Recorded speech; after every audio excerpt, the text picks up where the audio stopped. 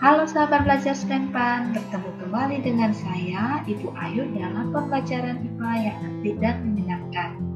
Adapun topik kita hari ini adalah teknologi reproduksi tumbuhan dan hewan.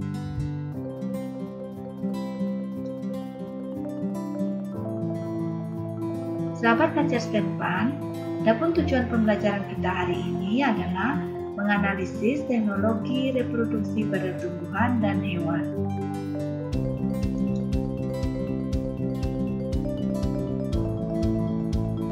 Sahabat belajar STEMPAN, apa sih teknologi yang bisa kita terapkan dalam reproduksi tumbuhan dan hewan?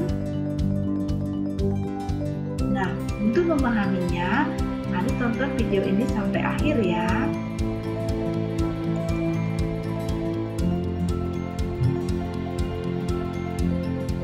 Sahabat belajar STEMPAN, mari kita mulai mempelajari teknologi yang dapat diterapkan pada reproduksi tumbuhan.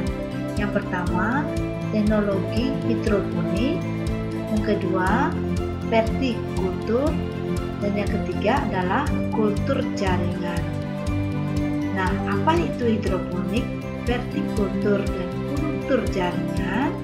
Mari kita bahas ketiga teknologi tersebut.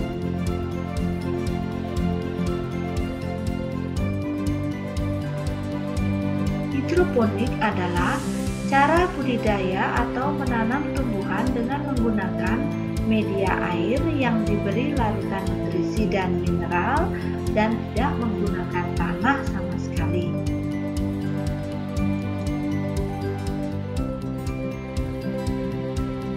Dalam pembuatan hidroponik diperlukan media seperti air, larutan nutrisi, atau bisa juga ditambah dengan media yang tidak larut di dalam air seperti kerikil, arang, sekam, spons, serbuk kayu, dan lain sebagainya. Adapun tahapan menanam dengan teknologi hidroponik yaitu yang pertama mulai dari pembibitan, kemudian penyemaian, yang ketiga adalah penyiapan media tanam, kemudian penyiapan nutrisi dan perawatan. Keuntungan dari menggunakan teknologi hidroponik ini antara lain yang pertama, hasil dan kualitas tanaman lebih baik, kemudian lebih hemat dalam menggunakan pupuk dan air, kemudian yang ketiga, mengatasi keterbatasan lahan pertanian karena dapat dikerjakan di pekarangan atau halaman rumah. Kemudian tanaman yang bisa ditanam dengan menggunakan teknik hidroponik antara lain sayur-sayuran bisa berupa paprika, tomat, timun, melon, dan lain sebagainya.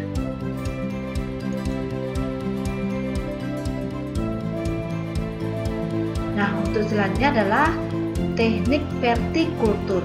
Teknik vertikultur adalah teknik budidaya tanaman dengan cara membuat instalasi secara bertingkat atau vertikal dengan tujuan untuk meningkatkan jumlah tanaman pada lahan yang terbatas. Jadi sahabat STEMPAN bisa membuat vertikultur dengan memanfaatkan bahan-bahan bekas seperti yang terlihat pada gambar.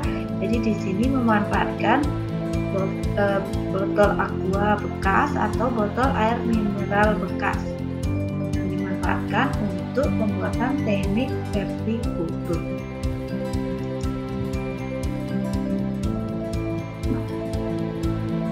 Nah, yang ketiga adalah teknologi kultur jaringan.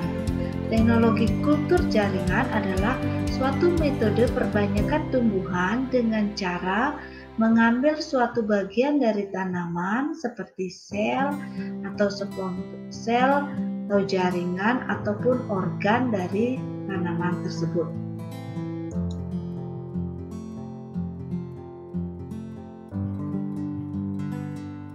Nah, dalam penerapan teknik kultur jaringan, kita harus memilih bagian dari tanaman yang bersifat meristem. Nah, bagian tanaman yang bersifat meristem maksudnya adalah jaringan yang mudah membelah, yang dicirikan dengan jaringan mudah, kemudian dindingnya tipis, belum ada penebalan, dan ukuran pakuolanya masih berukuran kecil.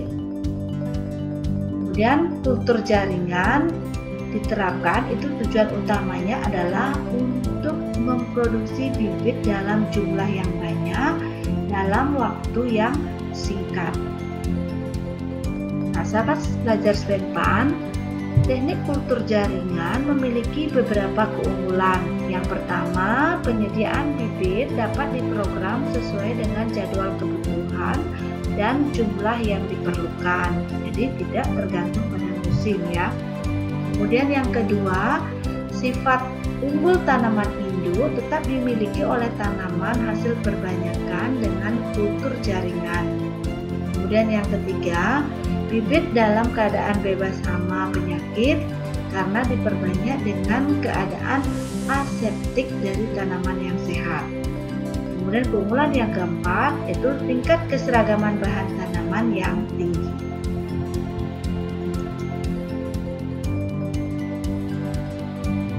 Nah, sahabat belajar SBMPAN, mari kita pelajari tahapan proses kultur jaringan. Nah, misalkan pada tumbuhan atau tanaman wortel. Jadi di sini ada beberapa tahap dalam proses kultur jaringan. Yang pertama adalah pembuatan media. Nah, pembuatan media yang digunakan itu bisa menggunakan beberapa media seperti agar ya, kemudian bisa menggunakan bahan-bahan organik seperti gula, kemudian menggunakan arang. Kemudian setelah pembuatan media dilanjutkan dengan inisiasi. Inisiasi ini artinya pemilihan explant.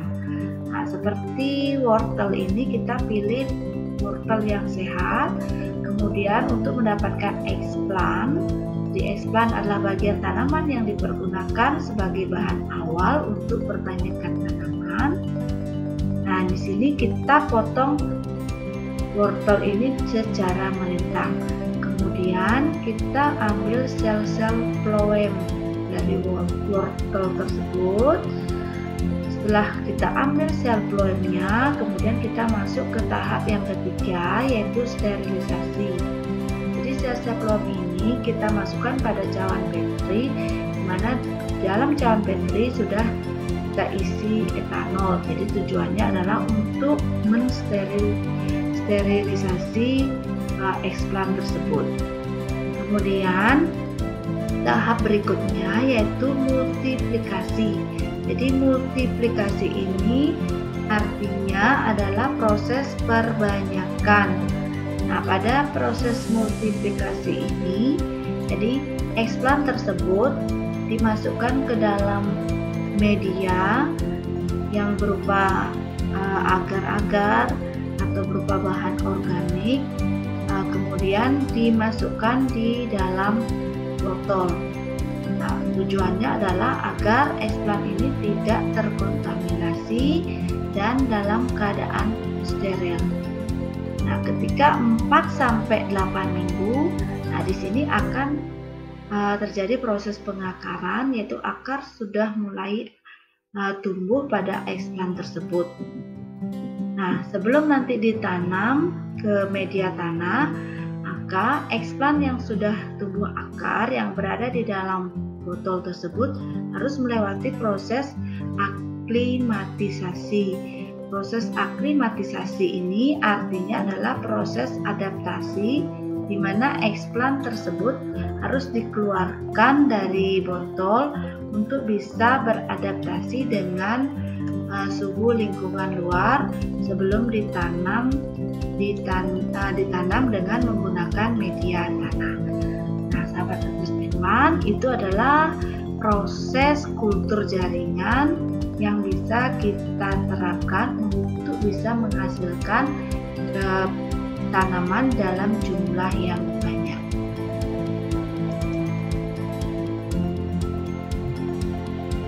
Nah, baik sahabat belajar Senempan, selanjutnya kita akan pelajari tentang teknologi reproduksi pada hewan.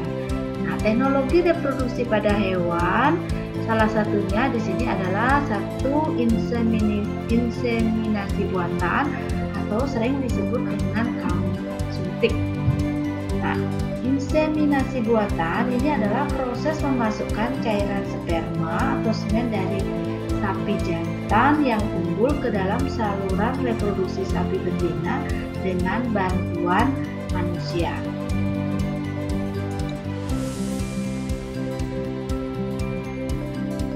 Kemudian teknologi reproduksi pada hewan yang kedua yaitu ada cloning. Cloning adalah proses pengambilan informasi genetik dari satu makhluk hidup dan membuat salinan identiknya. Ada beberapa hewan yang sudah di-cloning. Contohnya adalah domba Dolly, jadi domba hasil cloning. Kemudian di sini ada kucing garlic 2.0, itu adalah kucing hasil cloning. Nah, proses cloning pada domba bisa kita lihat di sini. Yang pertama adalah kita ambil dulu mengambil kelenjar mamai dari domba betina, salah satu domba betina yang nanti berfungsi sebagai nukleus donor. Nah, kemudian dari domba induk kita ambil sel telur dan kita satukan dengan nukleus donor tadi dengan menggunakan sengatan listrik. Nah, setelah disatukan, maka sel yang sudah bersatu tersebut akan mulai membelah dan dia akan membentuk embrio. Nah, ketika sudah membentuk embrio, maka embrio ini akan kembali dimasukkan ke dalam uterus domba induk tadi dan berkembang di dalam uterus domba induk tersebut. Sampai akhirnya domba cloning atau domba Dolly itu dilahirkan. Itu adalah proses dari cloning domba, dimana pada cloning ini sifat hasil cloning itu sama dengan sifat induknya.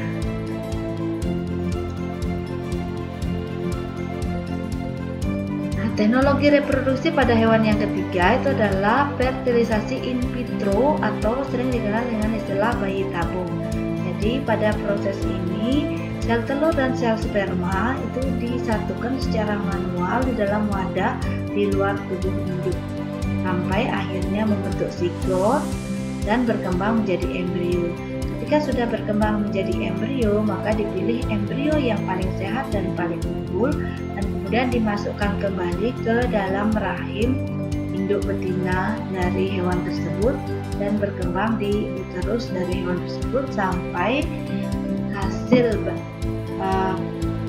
dari embrio tersebut atau hasil anakannya itu dilahirkan.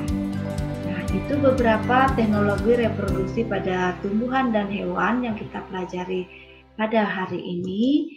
Semoga video ini dapat bermanfaat dan dapat digunakan di penerapan kita untuk memperbanyak tumbuhan atau untuk mendapatkan hewan yang unggul.